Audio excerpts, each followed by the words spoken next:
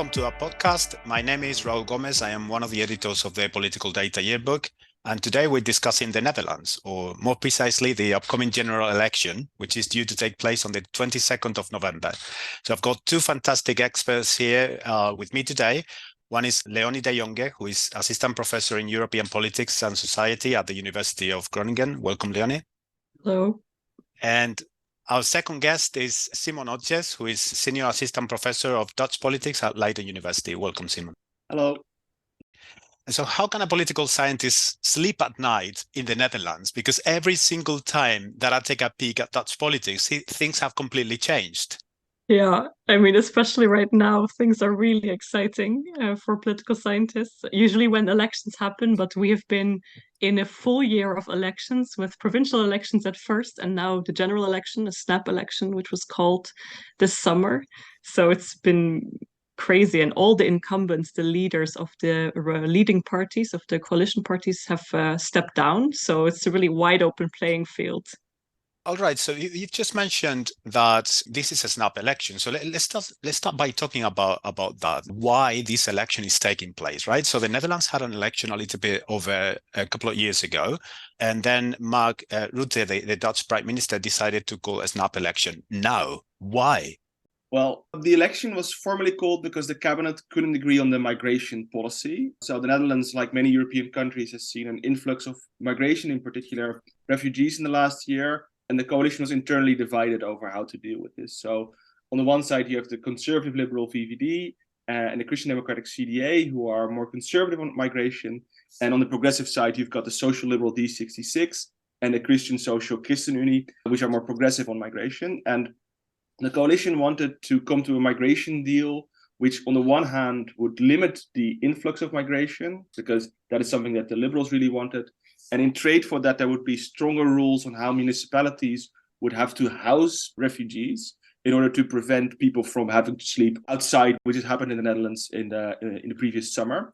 And so in order to address that issue, the government had to come basically with a big deal that both the left-wing, the more progressive parties had to agree with, and the more conservative parties had to agree with. And in the end, they couldn't come to an agreement. So that is sort of the key story of why the cabinet fell. But behind that, there's a longer story of how this coalition was formed, the unhappiness of all the parties in the coalition with it, and in particular, the looming threat of the nitrogen issue, actually. So a completely different political issue, which was going to derail the government probably after the summer.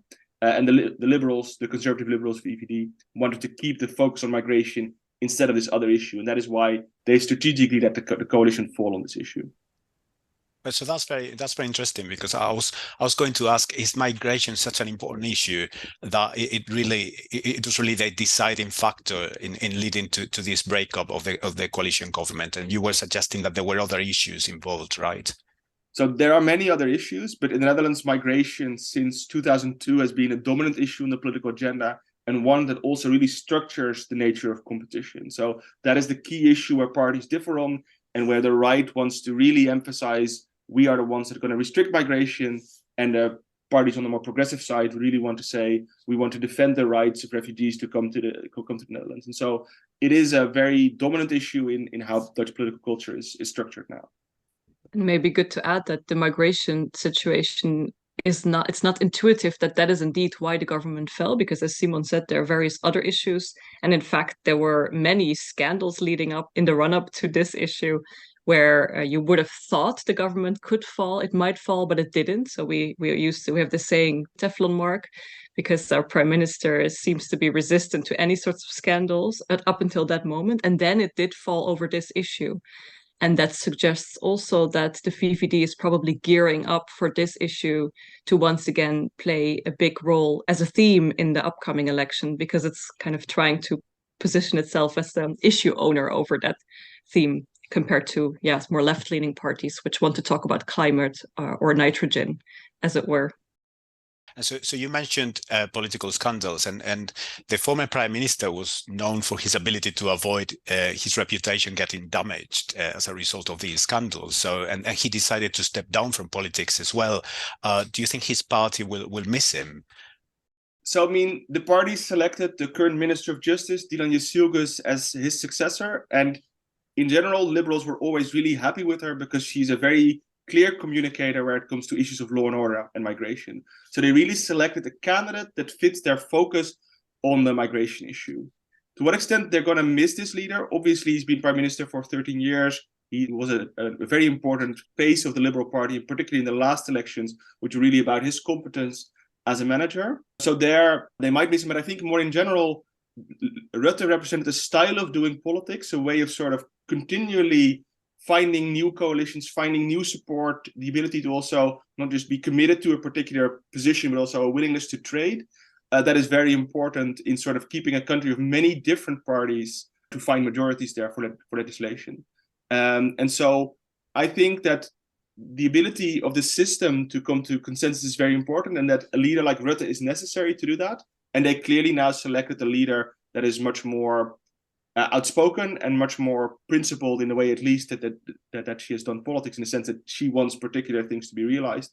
And so in many ways, it's a question whether the Liberal Party can play the same role as a consensus builder without Rutte in the future. There was also some debate about what the VVD would look like after Rutte. For many, that was hard to imagine. He's the longest serving prime minister the Netherlands has had. So it's really a big change in terms of who's going to be steering the country, who's going to be at the lead. What it looks like in the polls now is that the VVD isn't actually suffering too much. Like initially, we thought when Rutte stepped down, there was a bit of a leadership vacuum and also some debate about who was going to take over this party. But interestingly, the party has managed to stay quite steady. And what it looks like, a little bit having read the program and listening to the tone of the new leader, is that it's maybe tacking a little bit to the right, especially when it comes to migration, and also opening up the possibility for coalition with far right, which is something that under Rutte, after the adventure of 2010, no longer was a possibility. Next, I wanted to go through some of the main contenders in this election. You've already mentioned some of them. And so I'm afraid we don't have enough time to discuss all the 17 parties currently represented in the House of Representatives. So let's just focus on some of them. So what about the parties that were part of the outgoing coalition government? Because I'm aware some of the more centrist parties of that government seem to be struggling a little bit at the moment in the polls.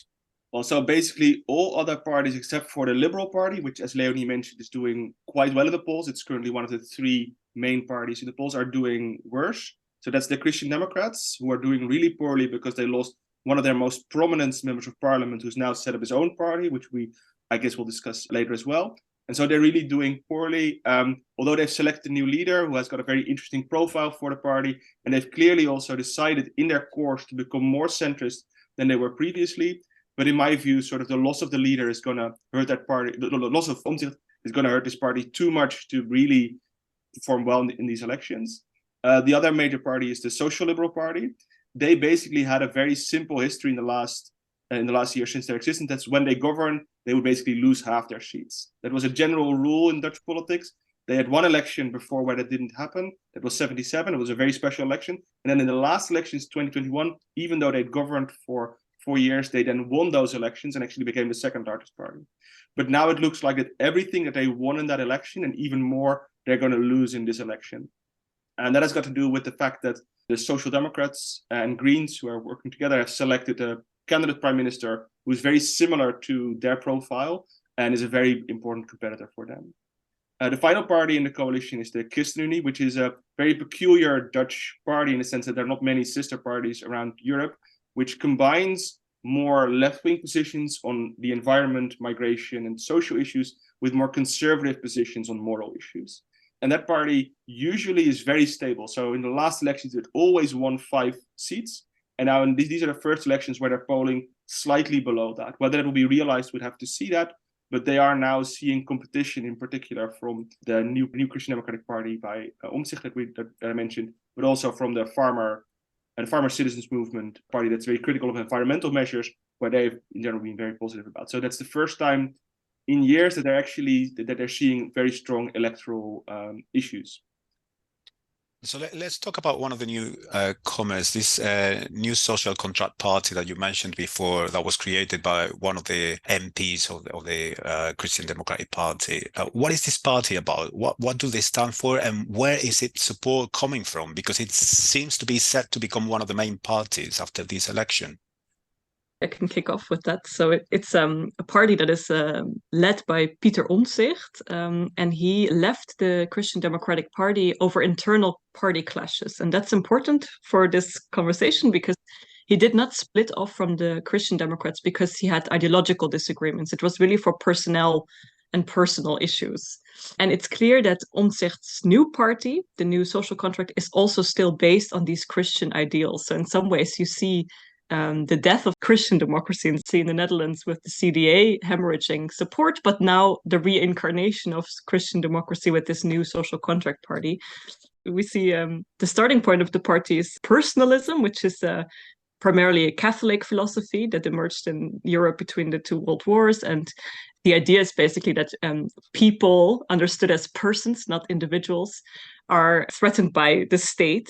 And in the origin documents of the party, which was the only thing we had until this morning, because this morning was finally the moment where he presented his actual program, suggests that the party still has these Christian democratic fundamentals, although you cannot find any evidence of mention of the word God in there, but it's full with Christian values, Catholic virtues, communitarianism, and it actually seems to be combining socioeconomically left-leaning positions, so very, very critical of neoliberalism, even some sentences that are reminiscent of Marxism, really clearly anti-capitalist, but at the same time combining that with culturally more right-leaning issues.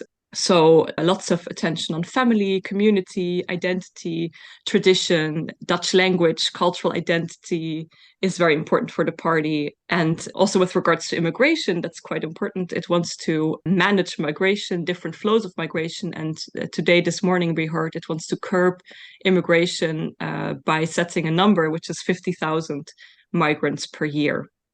So this combination of positions being socio-economically at least being center-left and culturally being conservative has been identified by political scientists already for years, sort of the ideal combination of positions.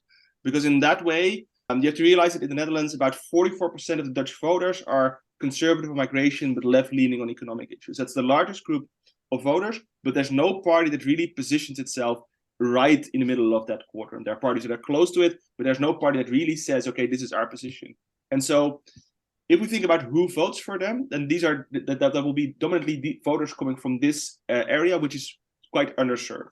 And that means that they previously might have voted for the Social Democrats and then accepted that the Social Democrats were more progressive than them on cultural issues, but at least shared their economic values. And on the other side, Christian Democrats and liberals who previously voted, even radical right, who might have voted for parties that were culturally in line with them, but on economic issues were further to the right to them. And this sort of combination means that he has got an ideal position to do very well in the elections. Obviously, that will depend on strategy, campaign, communication, and leadership, but in many ways, he has an ideal position in terms of positions to do very well in the elections, combining cultural conservatism with economic left-wing positions.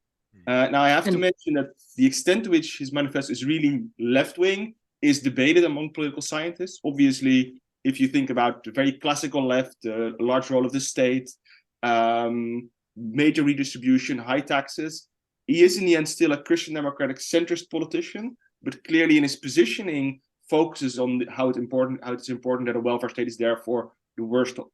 But he isn't necessarily somebody who believes in big government. Rather, the personalist philosophy that Leonie just mentioned really emphasizes the importance of individuals separate from the government, and that there should be a room for people to develop themselves and for there to be a community outside of too much government interference. So he isn't far left, but he's clearly appealing to voters that are center left on economics and conservative on cultural issues.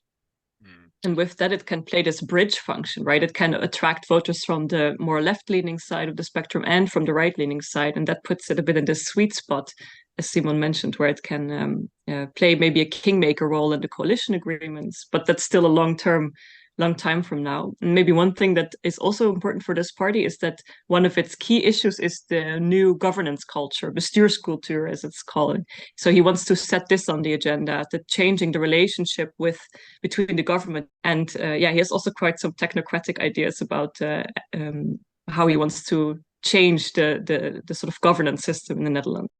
That's extremely interesting. Now, there are several populist parties in the Dutch parliament, right? From the far left Socialist Party, which also seems to be struggling at the moment, to the far right. And we've got several parties. There is the Party for Freedom, Forum for Democracy, etc. But there is this party, this agrarian populist party, that became quite famous in March because it's called the Farmer Citizen Movement, right? And it emerged as the winner of the provincial elections. What happened to them? So is this one of those cases of a dog that didn't bark in the end? Well, so what happened to them is Omtzigt happened to them. So in many ways, they were appealing to a very similar electorate, or their program wasn't very focused on economic issues. It's very strongly focused on environmental issues and agriculture. But the leader had the same appeal of being very conservative on cultural issues and having at least concern for the worst off in terms of their economic positioning. And that meant that when Omtzigt came around, that group of voters got a better alternative, namely a party with a leader that's more popular than the BBB. So that was a problem for the party. The second thing was that as migration became more important on the agenda, that the nitrogen issue really lost major attention, and that was their major sort of appeal to voters, their resistance to the measures taken in the Netherlands to restrict the nitrogen emissions, which would really come down to reducing the number of factory farms in the Netherlands, or at least the number of animals held there. And the last thing is that they made a lot of mistakes in the campaign. And I think the most important one is their leader was unwilling to become prime minister simply because she didn't want to, which is fine. I also don't want to become prime minister. And then they selected another politician to become prime minister who was less popular than her. And so in many ways, they made a very strange choice there, choosing somebody who voters at least see as less competent to become prime minister as their candidate to become prime minister. And it was one of a series of sort of curious choices that they made that didn't do their reputation very well. But I think in many ways, the reason they're now polling worse than they did previously is really the fact that they have this competitor in the form of Omtzigt. But they're still not gone, right? They're still going to be making huge gains. I mean, the party has one seat at the moment in parliament. There are now some people who have defected from other parties to join her. And at least in the personnel, these are parties from the more radical right. So two from Ja21, so other radical right party, and one from the Wilders' PVV. So at least in personnel, it looks maybe a bit more right-leaning. But one of the big issues is, as Simon also alluded to, is that Caroline van der Plas, is unable to really differentiate herself from Omtzigt. There was even a situation in a TV debate where she was asked, well, why would voters vote for you instead of Omtzigt? What's the difference? And she wasn't able to answer that. She said, well, that's a good question. So she's now working, of course, on that to profile herself as someone who's a bit different. But yeah, she cannot only win the elections based on support from the farmers. And you see in the program that she's trying to broaden her appeal a bit. The word platteland has, so the countryside has left a bit for the word region.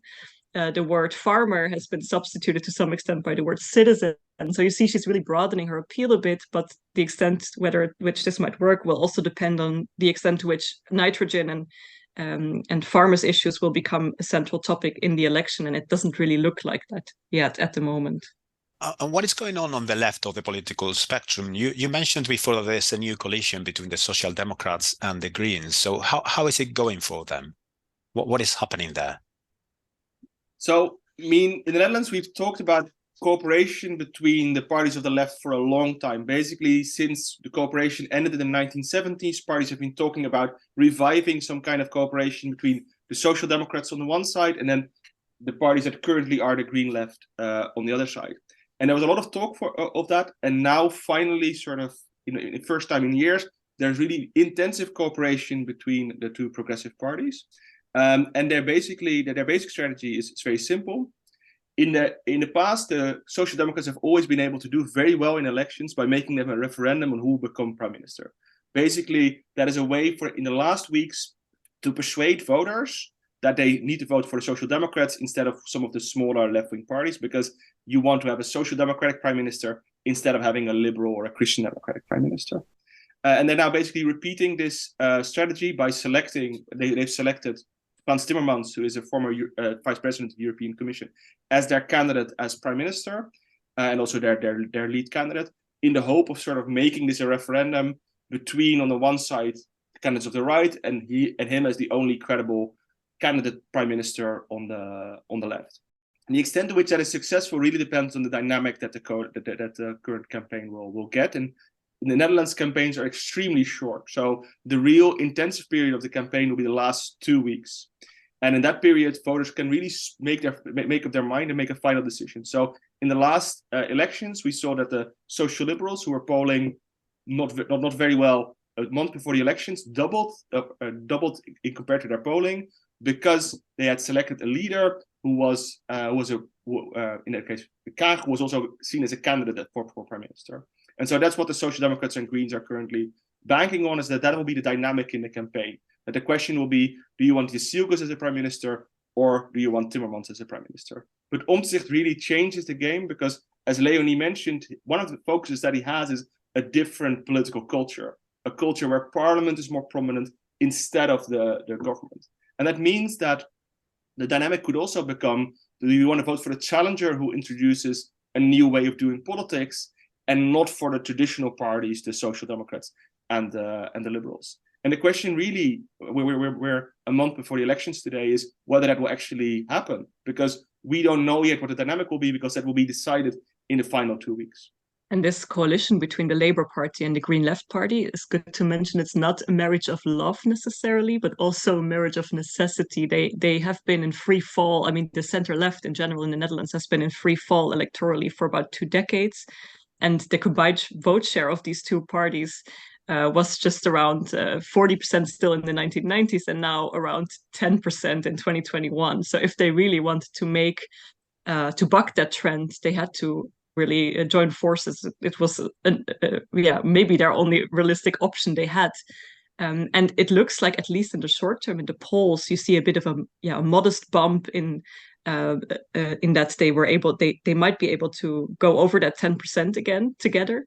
But yeah, the extent to which that's actually gonna be the case will have to be seen. The Netherlands generally has center-right or right-wing coalition governments, and left-wing parties are structural minority in the Netherlands, and it's impossible numerically to form a purely left-leaning government.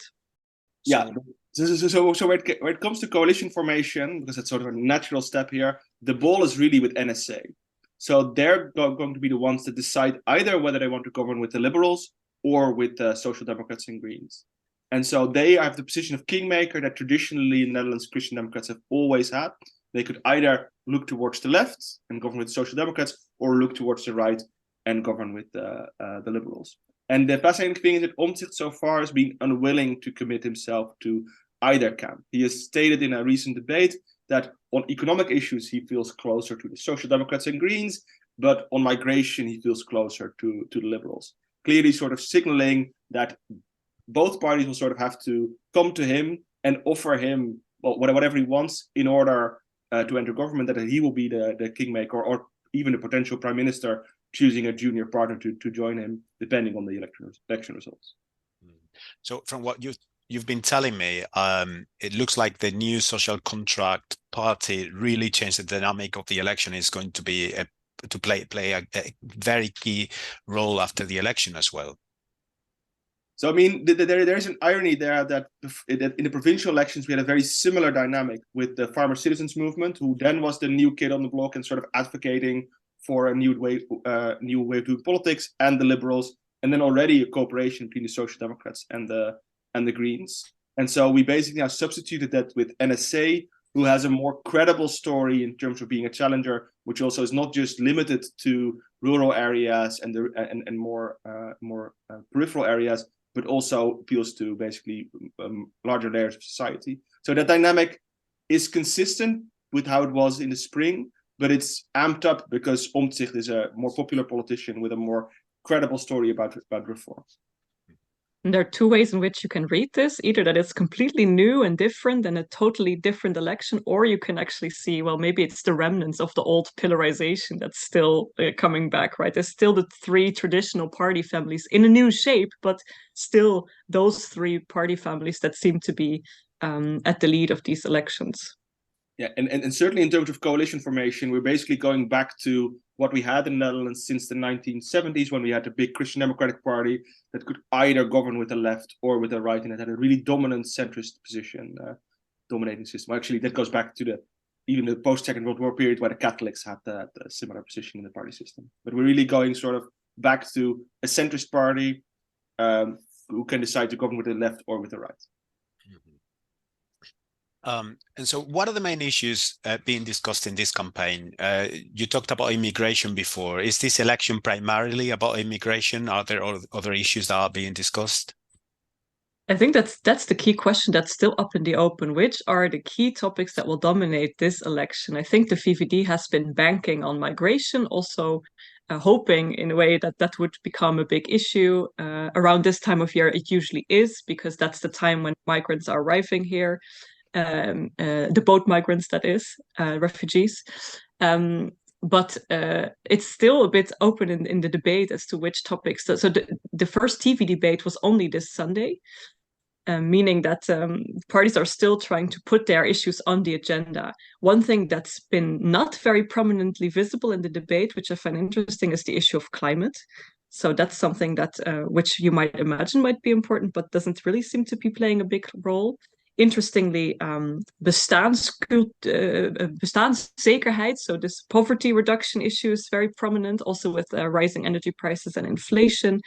Even centrist and right parties are pushing, for instance, to up minimum wage. And in that sense, this topic might become a bit diffused politically, because all the parties seem to agree that that's important. Migration is, for the right, of course, important, and they're going to try to put that on the agenda. And then another topic that I think might play, or that Omtzigt really is trying to push, is this change of governance culture. I think these are the topics that I can see so far. Yeah, so I think it's important to mention here, as political scientists, we're very inclined to think about themes and to think about that elections are about specific subjects. But we saw in the last elections, but also previously, that parties have an interest in not having very substantive campaigns, rather making the campaign about who do you want to become prime minister. In the last elections, it was Rutte, sort of as a Corona prime minister, very popular in that period. I mean, 2 years later, it's all changed. Very popular, sort of banking on his management style. And then Sigrid Kaag, his Minister of Development Cooperation and Foreign Trade, who also banked on saying, I will be a new kind of leader. And so you can see there that the Dutch elections, in the end, parties really want to make them a referendum about who you want to be governed by, instead of having very substantive debates. And Omtzigt actually has been the one who sort of challenged this, and also said in the run-up to the campaign that he wanted to have more substantive debates. On the other side, the irony is that an important part of Omtzigt's support is also his personal appeal. Namely, he's not necessarily a very charismatic politician, but he's seen as one of the only honest people in The Hague. A person who has exposed a major government scandal and has really focused on how people were mistreated by the government, and has always sort of tried to be an honest voice. And that means that in many ways, he can just put his face on the campaign poster and say, vote for me, without having necessarily a very substantive debate. So the irony is that Dutch campaigns are relatively short, and they're not necessarily terribly substantive. They can be very focused on the question, who do you trust? Who do you think will be a reliable prime minister? Who do you think will be a reliable politician? And the irony is, like you say, Simon, that Omtzigt, who has been very critical of this, who has said elections should be about content and about themes, that he's the one who's now decided to put his face on the election poster, whereas the other parties chose not to do that. Not all of them, of course, but the other big parties like the VVD or Green Left, Labour Party coalition, they're not running on these personalist traits of the leaders, but Omtzigt is, and that's of course logical, because much of the attraction of his party is around his persona, because he's really seen as this watchdog who stands out for common citizens, who fights for what's just and right, who's a good opponent to the government, keeps the government in check. So he's really credited for his role as a parliamentarian. And so my last question is about the volatility of Dutch politics. So we've seen very volatile elections in Western Europe in the past couple of decades, not just in the Netherlands, but the Netherlands keeps surprising us time and time again. Why is Dutch politics so volatile? And is it because Dutch voters get easily fed up with political parties, or is there something else going on here? You were suggesting before that maybe things are kind of in a way or another, going back to the way in which they used to be in the past, with a central party that is always in government with different kinds of parties. What is going on at the moment? What do you think is happening in terms of why is everything so volatile, and are we going back to a different kind of situation where maybe things will become slightly less volatile in the future? So I think that if you think about Dutch voting behavior, voters in the Netherlands don't have very strong party identification. Perhaps in the 1960s, in the pillarized period that Leonie mentioned, people felt really committed to a particular community, and to that community also belonged to a particular party. But as pillarization declined in the Netherlands, people no longer felt particularly committed to parties. That doesn't mean that they just float around the political spectrum as though they're completely loose, but they're more committed to, say, specific other identities. They might see themselves as left wing, they might see themselves as right wing, they might see themselves as conservative, they might see themselves as progressive, meaning that they can vote for different parties with that profile dependent on how those parties do. So in the last elections, we saw that the social liberal D66 party got a lot of voters who previously voted for the Social Democrats and for the Greens, by appealing to new leadership, the perspective of her becoming the next prime minister, the first female prime minister of the Netherlands. Now, those voters didn't necessarily feel that they betrayed the Greens or betrayed the Social Democrats. They chose a party that was programmatically very similar, but had a more realistic chance of becoming a major government party. And that was also, at that moment, sort of that momentum behind it, because different voters were amassing behind her. So that's the kind of mechanism that we see in the Netherlands, is that voters are committed to a particular bloc, not necessarily committed to a particular party. And depending on how parties do, depending on what kind of credible perspective they have of entering government, or what kind of credible perspective they have on being a critical actor, of saying, being a voice of opposition, that then persuades voters to vote for particular parties. And so I don't think necessarily that although the party system is very similar in sort of many ways to how it was previously, that we'll see sort of a rise in partisanship in the Netherlands. No, this situation of people being committed not as much to particular parties, but rather to particular areas in the political spectrum, is something that's very consistent. And the chances are significant that if, let's say, the Liberals enter in government with NSA, that then some of those parties who voted for NSA, some of the voters who voted for NSA might go to other parties soon, because they don't think that NSA has lived up to its promise, potentially. I mean, voters are committed to their own positions, not as much to particular parties. Right. So it's a case of voters holding parties accountable within the same bloc. Is that what you're suggesting? Okay. Yeah, so under this fragmentation and volatility, you have actually quite stable camps, center-right, center-left, and a far-right camp. In the previous election, at least, there were three big voting blocks, and voters switch within these blocks, but not so much between. That's kind of the big story. Yeah, and so the special thing about NSA is that this is a party that appeals to these three different blocks. So it does well amongst people who used to vote for the Social Democrats but think that they've become too progressive. It is well amongst liberal people, voters who might have voted for the Christian Democrats and the Liberals, who want to have a more very economic distribution. But it also does well amongst people who voted for the radical right and want change, where for instance, the Freedom Party has been blocked for government participation for so long. And then we, of course, have lots of parties, right? That's also something we shouldn't forget to mention, that in the previous elections, 37 ran, and now it's only 24, so not as many this time. But of course, a very low electoral threshold, which means it's fairly easy for new parties to get in. Yeah. All right, our time is up. Thank you very much, Leonie and Simon, for helping us better understand what's going on in the Netherlands at the moment. This has been such an amazing conversation, and I'm sure our listeners too, will be definitely paying a lot of attention to the outcome of this election on the 22nd of November. Thanks again. Thanks so much for having us. Thank you.